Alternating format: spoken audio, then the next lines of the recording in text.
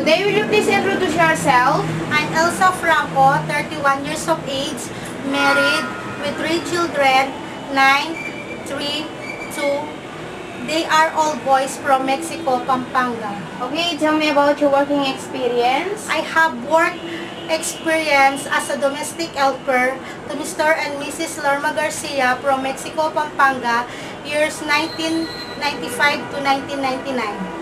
What are the duties and responsibilities as a domestic helper? My duties and responsibilities as a domestic helper is to manage all the household chores, washing, ironing clothes, and taking care of baby. Okay, do you know how to take care of a newborn baby? I know how to take care of a newborn baby by feeding milk every 3 to 4 hours, burp the baby after feeding, change diaper, send the baby to sleep by singing lullaby. Can you sing a simple children's song?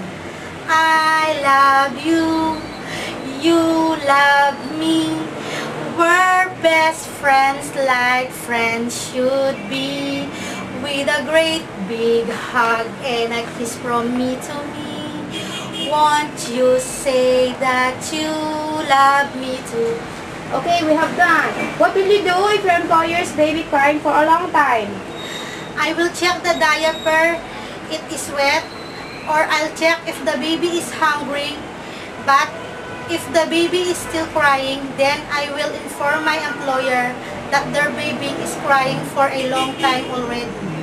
Are you willing to take care of an elderly and aged person?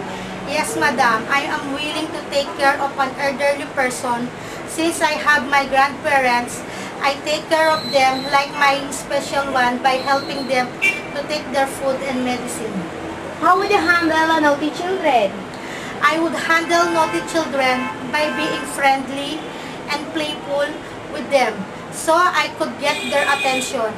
I'll sing with them, teach them good manners and right conduct, reading books together and giving them love and care. Okay, do you know how to cook?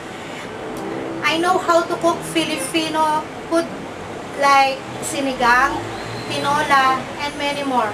I also know how to cook simple Chinese food like steamed fish, fried rice, noodles, soup, and I'm very much willing to learn more. Can you operate an electrical appliances? Yes, ma'am. I know how to operate electric appliances like washing machine, vacuum cleaner, floor polisher, oven toaster, microwave oven, and others. Okay, most of the employers in Hong Kong speak Cantonese. Are you willing to learn their language? Yes, ma'am. I'm very much interested to learn Cantonese language so that I could fully understand my employer, especially to the elders.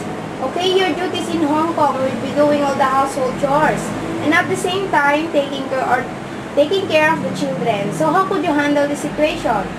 First, I will make sure that the employer's children are in safe place by putting them into the crib or by giving them some toys to play.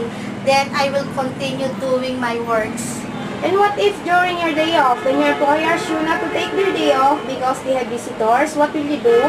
I will not take my day off. Instead, I will stay and serve my employer together with their visitors. How will you win the trust of your employer?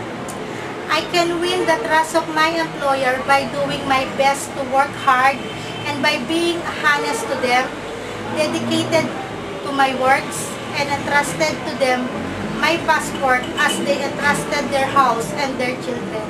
Okay, why do you want to work in Hong Kong?